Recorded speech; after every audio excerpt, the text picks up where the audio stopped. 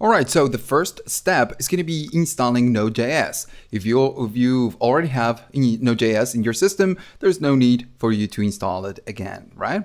So how do we install it? First, we need to go to nodejs.org, and right here, you're going to have, of course, the options. I'm a Mac computer, so this is videos for Mac, so you will need to download this one. I have this one, I believe, but you can download this one or this one. So I'm going to click on this one. And I'm going to go and store it inside the downloads. So it's going to take a minute. Going to pause the video and be right back. Okay, so everything was downloaded. If we go to downloads, you're going to get it right here.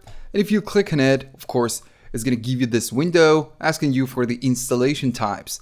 Now, I'm not going to install it because I've already have Node in my system and I have a different version, so I'll need to delete the previous one and install the new one. But the one I have, it's going to work just fine. So I don't want to update it. So we're going to go to continue, then continue. It's going to ask you if you want to agree. Yes, agree. And of course, the installation type, and then of course, go to install. And after everything is installed, you just exit the installer, right? Okay. Now the problem is, how can we check if Node is installed in our system? Since I believe you're using a Mac computer, so you will need to do command and space and bring the Spotlight search, and you do terminal, of course. If you press enter, it's going to give you the terminal, and we will be using this terminal a lot in this course. So how can we check if we have Node?